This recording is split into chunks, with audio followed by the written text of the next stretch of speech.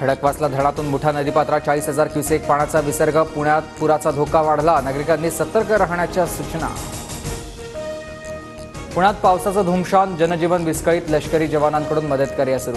पूल पाण्याखाली. रस्ते बंद. वाहतूक कोंडी आणि दुर्घटनेच्या पार्श्वभूमीवर प्रशासनाची खबरदारी.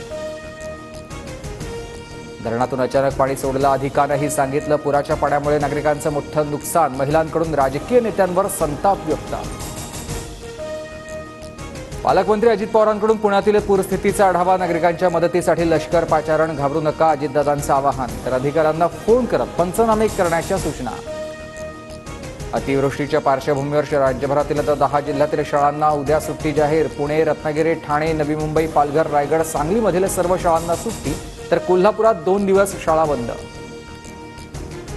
10वी आणि 12वीचे पुरवणी पेपर पुढे ढकलले. राज्यभरात पावसाचा कहर असल्यानं प्रशासनाचा निर्णय.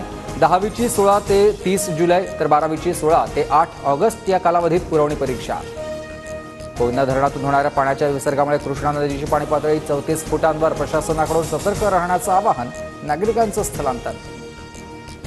पिंपरी चिंचवडमध्ये पावसाची संततधार सुरू. इंद्रायणी नदी दुथडी भरून वाहू लागली. तर पुणे आणि पिंपरी चिंचवडवरून आळंदीला जोडणारा पूल पाण्याखाली. पुण्याच्या चारोली गावातील कार वाहून जातानाचा भीषण व्हिडिओ. कारमधील दोघांना वाचवण्यात यश. तर आळंदीच्या इंद्रायणी नदीपात्रात 2 कंटेनर वाहून पुलाजवळ अडकले.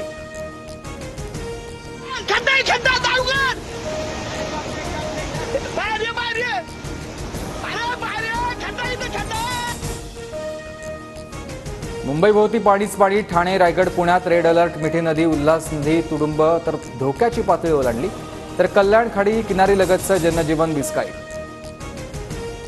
गडचिरोलीच्या सिरोंचा तालुक्यात गंभीर पूरस्थिती. जनजीवन विस्कळीत. पुरामुळे 50 रस्त्यांसह 5 राष्ट्रीय महामार्गावरील वाहतूक बंद. तर सिरोंचा आलापल्ली राष्ट्रीय महामार्गावरील नाल्याजवळ 200 नागरिक अडकले.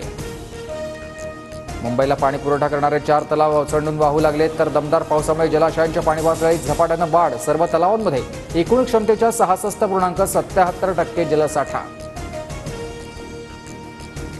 पुण्याच्या लवासामध्ये दरड कोसळून मोठी दुर्घटना. 3 जण बेपत्ता. एनडीआरएफकडून बचावकार्य सुरू. तर ताम्हिणी घाटात दरड कोसळल्यानं एकाचा मृत्यू. विधानसभेला 225 ते 250 जागा लढणार. कोणासोबतही युती करणार नाही. निवडून येणाऱ्यांनाच तिकीट देणार. राज ठाकरेंकडून स्वबळाचा नारा. पूजा खेडकरचं अपंगत्वाचं प्रमाणपत्र बनावट असल्याची कागदपत्र समोर. वायसीएमच्या डीनकडून क्लीन चिट. मात्र तपासणी करणाऱ्यांचे वेगळे दावे. फिजिओथेरपिस्टना डाव्या पायात कोणतीही इजा आढळली नसल्याची माहिती.